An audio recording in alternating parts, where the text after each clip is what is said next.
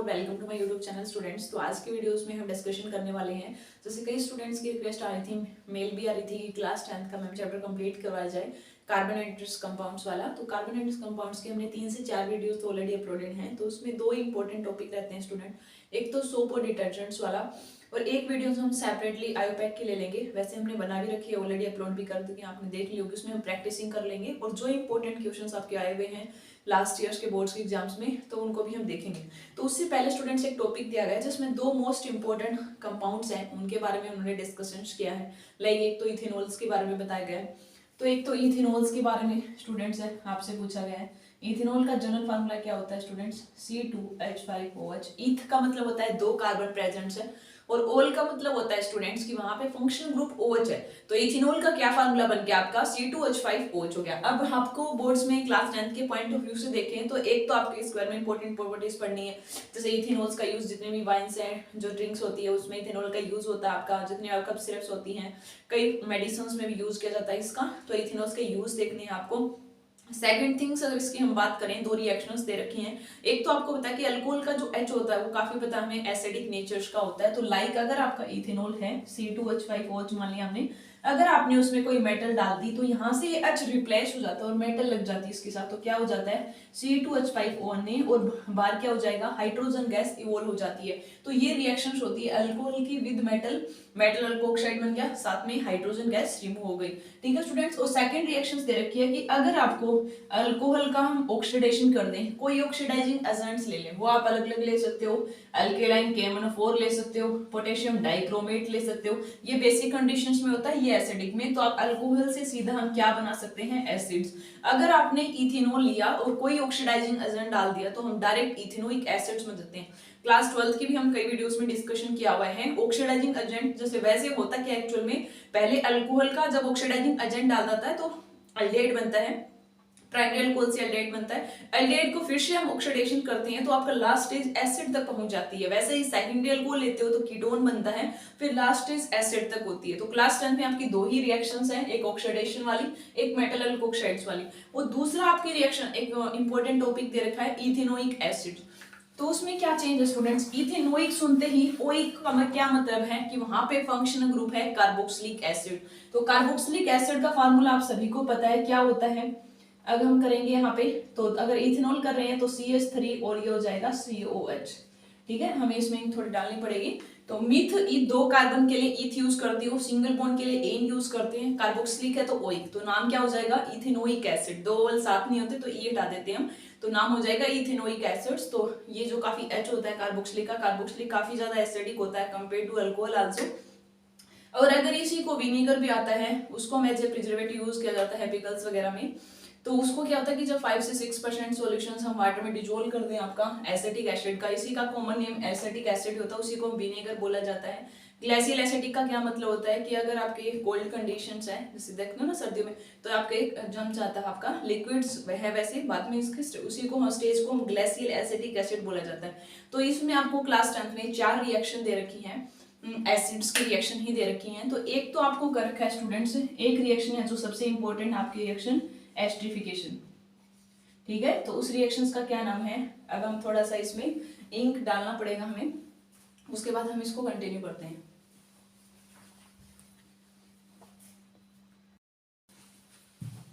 Students वही डाल रहे थे हम। तो अब हम डिस्कस करने वाले हैं आपके एसिटिक एसिड्स के बारे में। तो क्योंकि आपके क्लास 10 में दो ही कंपाउंड्स दे रखे हैं, इथेनॉल्स की हमने पढ़ ली, दो आपके पास उसमें प्रॉपर्टीज पढ़ ली आपकी क्या है, जो मेन पॉइंट्स है वो थ्योरेटिकल पढ़ सकते हो, दो ही रिएक्शंस थी। उसके बाद आपके जो इथेनोइक एसिड्स हैं, तो इथेनोइक नाम सुनते ही देखो क्या नाम दे रखा आपको, इथेनोइक एसिड्स। तो इथेन सुनते ही पता चल गया स्टूडेंट्स आपको दो कार्बन है, ओइक सुनते ही आपको पता चल गया कि वहां पे functional group as a carboxylic acids है। तो क्या फार्मूला हो जाएगा आपका, CH3COH, ये फार्मूला हो जाएगा आपका इथेनोइक एसिड्स का स्टूडेंट्स।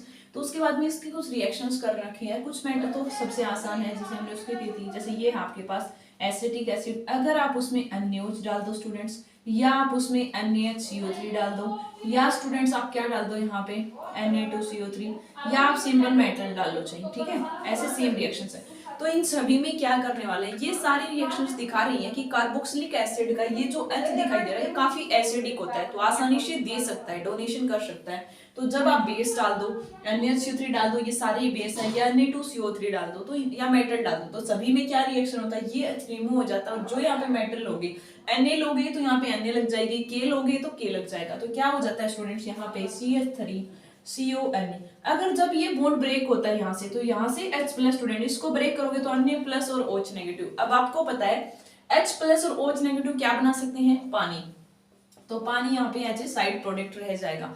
उसके बाद देखिए स्टूडेंट्स, अगर आपका NaCO3 दे रखा है जिसको एज ए बेस ही बोला जाता है, तो यहाँ पर भी क्या होने वाला है, H हट जाएगा और यहाँ से अन्य मेटल लग जाएगी, तो क्या बन जाएगा CH3CONA। साथ में आपका देखो यहाँ से हम ब्रेक कर रहे हैं, तो यहाँ से एक H है, एक H ये रहा, 2 H हो गए, एक ऑक्सीजन यहाँ से, तो क्या हो जाएगा H2 और यहाँ से साथ में CO2, दोनों में सेम प्रोडक्ट। या आप सोडियम हाइड्रोजन कार्बोनेट ले लीजिए, सोडियम बाइकार्बोनेट ले लीजिए, Na2CO3 या कौन सा भी ले लो, सब में प्रोडक्ट इन तीनों में ही सेम रहने वाला है। बस चेंज क्या होगा, अगर अकेला NaOH ले लोगे तो पानी बाहर निकल जाएगा, ये दोनों लोगे तो H2O प्लस CO2 हो जाएगा, अकेला Na लेते तो यहाँ पे H2 गैस रिमूव हो जाती है, जैसे हमने अल्कोहल में किया था। तो ये तीनों रिएक्शन सेम थी।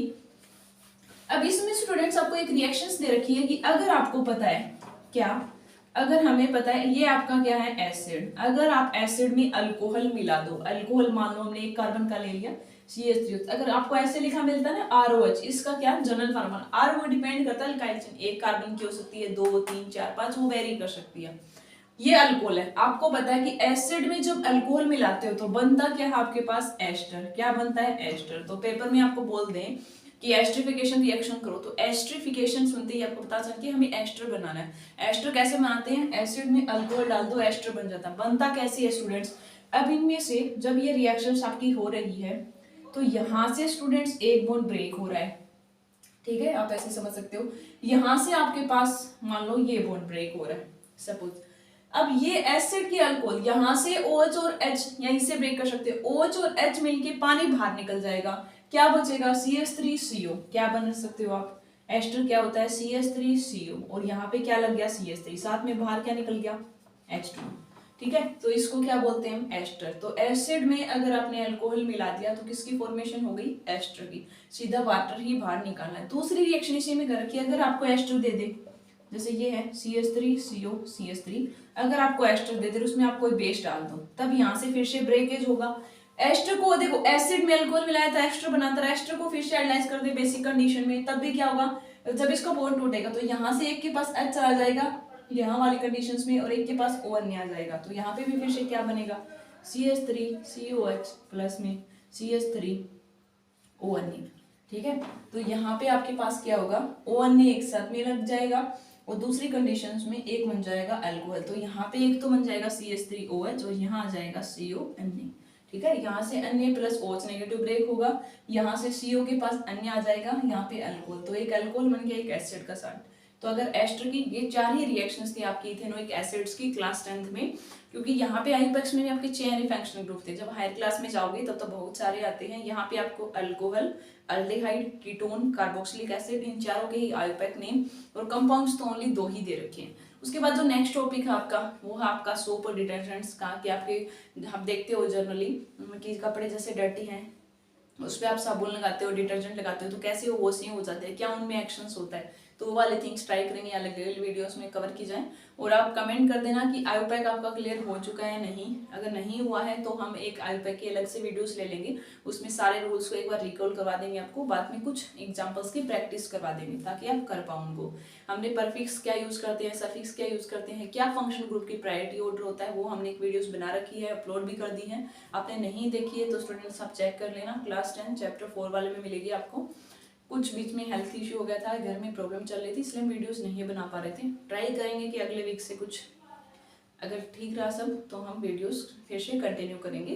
क्लास 12th की भी कुछ जो चैप्टर्स नहीं हुए वो वाले थिंग्स भी, और जो एंट्रेंस रिलेटेड भी स्टूडेंट्स बोल रहे थे उनकी भी। तो आई होप स्टूडेंट्स आपको उन वीडियो से हेल्प मिल रही होगी। कोई क्यूरी रहती है तो आप कमेंट कर सकते हो। Thank you.